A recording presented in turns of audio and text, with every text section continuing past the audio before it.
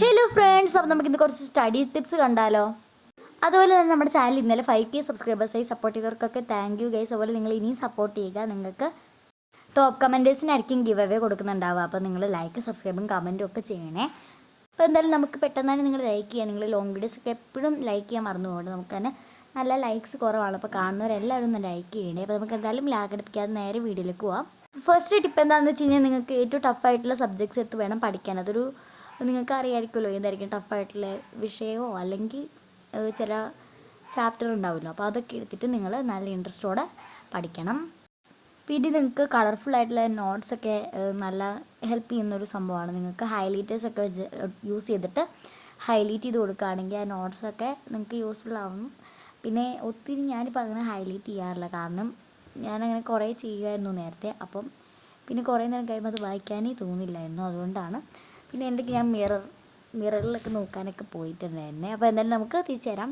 അപ്പം വേണമെന്നുണ്ടെങ്കിൽ നിങ്ങൾക്ക് ഹൈലൈറ്റേഴ്സ് യൂസ് ചെയ്യാം. കുറേ പേര് അങ്ങനെ യൂസ് ചെയ്യുന്നവരുണ്ട്. ഞാനിപ്പോൾ അങ്ങനെ കുറച്ച് യൂസ് ചെയ്യാറില്ല എന്നേ ഉള്ളൂ. പിന്നെ ഇത് തെളിയുന്നുമില്ല കേട്ടോ ഇപ്പം നോക്കിയപ്പം.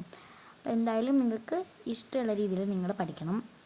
ഇപ്പം നിങ്ങൾക്ക് ഓരോരുത്തർക്കും ഓരോ രീതിയായിരിക്കും. അപ്പോൾ അതനുസരിച്ച് വേണം നിങ്ങൾ പഠിക്കാൻ. അപ്പോൾ നിങ്ങൾക്ക് തോന്നുന്ന സമയത്ത് വേണം നിങ്ങൾ പഠിക്കാൻ. അപ്പോൾ മറ്റുള്ളവർ അപ്പോൾ നിങ്ങൾക്ക് ഇൻട്രസ്റ്റ് ഉള്ള ടൈംസിൽ പഠിക്കുകയാണെങ്കിൽ നിങ്ങൾക്ക് അത് ഓർമ്മയിലിരിക്കുകയുള്ളൂ. അപ്പോൾ നിങ്ങൾക്ക് ഇൻട്രസ്റ്റ് ഉള്ള ടൈംസിലൊക്കെ നല്ല രീതിയിൽ നിങ്ങൾക്ക് ഏത് രീതിയിലാണ് നിങ്ങൾ പഠിക്കാറുള്ളത് ആ ഒരു രീതിയിൽ പഠിക്കും. ഇപ്പോൾ എനിക്കൊക്കെ ആണെങ്കിൽ ഒരു ആൻസർ പഠിക്കാൻ തന്നെ കുറേ ടൈം എടുക്കും. പിന്നെ നിങ്ങൾ പഠിക്കുമ്പോൾ മനസ്സിലാക്കിയിട്ട് വേണം പഠിക്കാൻ.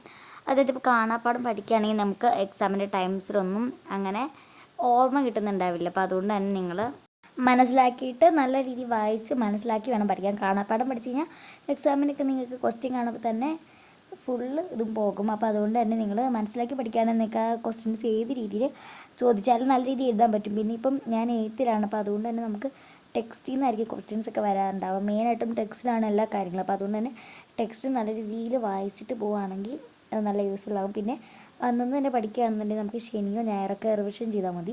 അതാകുമ്പോൾ എക്സാമിന് നല്ല രീതിയിൽ വായിച്ചിട്ട് പോയാൽ അങ്ങനെ നല്ല യൂസ്ഫുൾ ആയിരിക്കും. അപ്പോൾ അങ്ങനെയൊക്കെ നിങ്ങൾ ചെയ്യാൻ ശ്രദ്ധിക്കുക.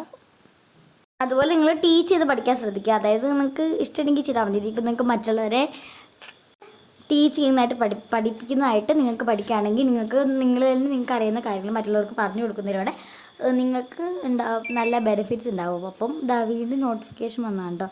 അപ്പോൾ എന്തായാലും അതുപോലെ ചെയ്യാൻ ശ്രദ്ധിക്കുക. അപ്പോൾ നിങ്ങൾക്ക് മറ്റുള്ളവരൊക്കെ പറഞ്ഞു കൊടുക്കുന്ന പോലെ പഠിക്കുകയാണെങ്കിൽ നിങ്ങളുടെ ഓർമ്മയിൽ വീണ്ടും അത് നിൽക്കാനും നല്ല രീതിയിൽ റിവൈസ് ചെയ്യാനും പറ്റും. അതുപോലെ നിങ്ങൾക്ക് ഇതുപോലത്തെ മിനി നോട്ട്സൊക്കെ യൂസ് ചെയ്യാം. ഞാനിപ്പം ഹോംവർക്ക് എഴുതാനും അതുപോലെ ഡെയിലി സ്കൂളിൽ കൊണ്ടുപോകാനും പിന്നെ എക്സാമിൻ്റെ ടൈംസിലൊക്കെ ഇതുപോലത്തെ നോട്ട്സ് യൂസ് ചെയ്യാറുണ്ട്. ഇമ്പോർട്ടൻ്റ് ആയിട്ടുള്ള പോയിൻറ്റ്സും അതുപോലെ ടു ഡു ലിസ്റ്റൊക്കെ ആയിട്ട് നമുക്ക് കംപ്ലീറ്റ് ചെയ്യാനുള്ള പോർഷൻസൊക്കെ എഴുതി വെക്കും. എന്നിട്ട് നമ്മൾ കംപ്ലീറ്റ് ചെയ്യുമ്പോൾ ടിക്കറ്റൊക്കെ പോകുമ്പോൾ അത് യൂസ്ഫുൾ ആകും. അപ്പോൾ അതുപോലെ ചെയ്യാനൊക്കെ ശ്രദ്ധിക്കുക. അപ്പോൾ എന്തായാലും യൂസ്ഫുൾ ആയാലും ഇല്ലെങ്കിൽ ലൈക്ക് സബ്സ്ക്രൈബും കമൻറ്റും ഒന്നും മറക്കണ്ട കേട്ടോ. അപ്പോൾ ബൈ ബൈ, നെക്സ്റ്റ് വീഡിയോ കാണാവേ. അപ്പോൾ എന്ത് വീഡിയോ ആണ് വേണ്ടത് കമൻറ്റ് ചെയ്യണേ.